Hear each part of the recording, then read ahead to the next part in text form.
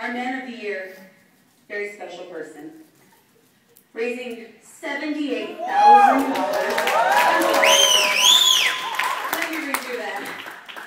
Raising $78,452. Our 2011 Man of the Year is Dan Wood. Yeah!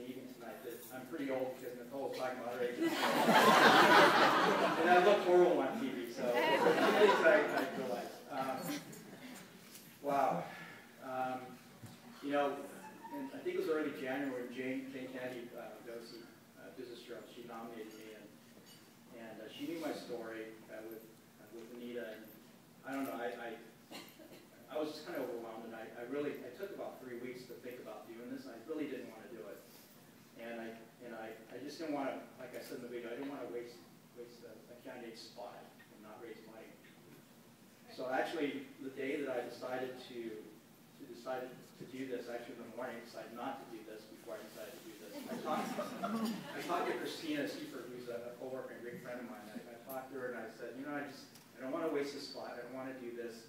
What if I fail? If I embarrass Jane with her nomination, embarrass ALS? And finally, Christina just kind of talked me into it. And really what pushed me over the edge with talking to Christina is that, like I said in the video, the $50,000 target for me to name a research project in Nita's name, that was my primary goal. Congratulations. I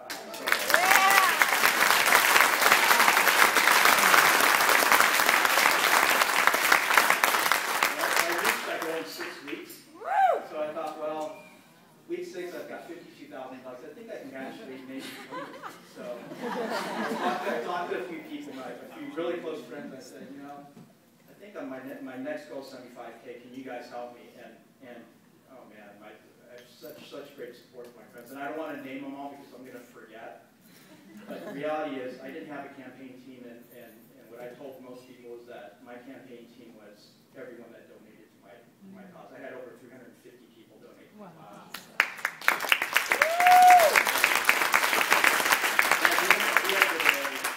I really believe in the mission of the LOS. It's basically to find a cure for blood cancer and really improve the quality of life for the patients and family. I firmly believe that, and that's what I wanted to do. So I hope my contribution and everyone that helped me is able to provide that. At the end of the day, really, I don't want to talk about myself. I want to talk about a couple other people. I have two very special guests at my table who are blood cancer survivors, and I want to introduce them. The first one is Molly Large. I want Molly to stand up here.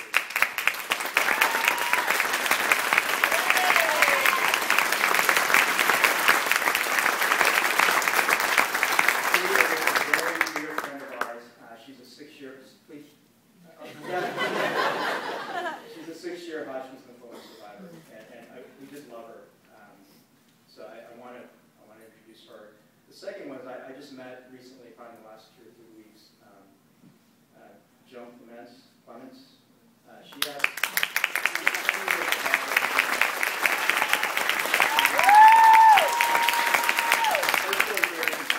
Not only has she survived for 10 years, but she's gotten together a group called CML Busters. And she created this group in 2003 to help other patients with CML, which Anita had, to give them support and help them, basically deal with CML. So at the end of the day, I want to honor. I'm so proud to have Joan and Molly. I want other blood cancer survivors to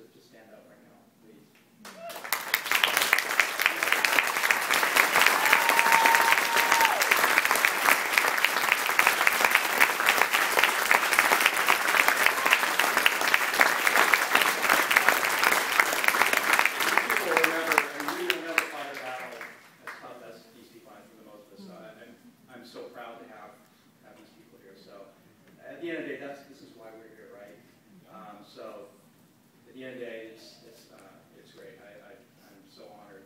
And lastly, I want to thank some people, for sure. Again, I don't want to name names. I have too many supporters, but just really my supporters, everyone that donated to my campaign, everyone that put time into my campaign. I dearly love you all. It's just We love you.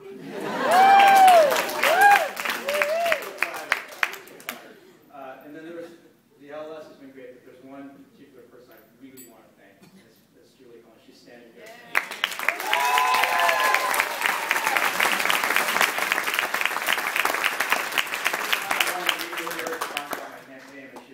I'll meet you anywhere. I'll talk to you anywhere. I get on the phone. I'll meet you at the restaurant. Whatever. She was there for me. So she's done a fabulous job in Houston City. So at the end of the day, lastly, I just want to say that in the memory of Anita and all of those who have succumbed to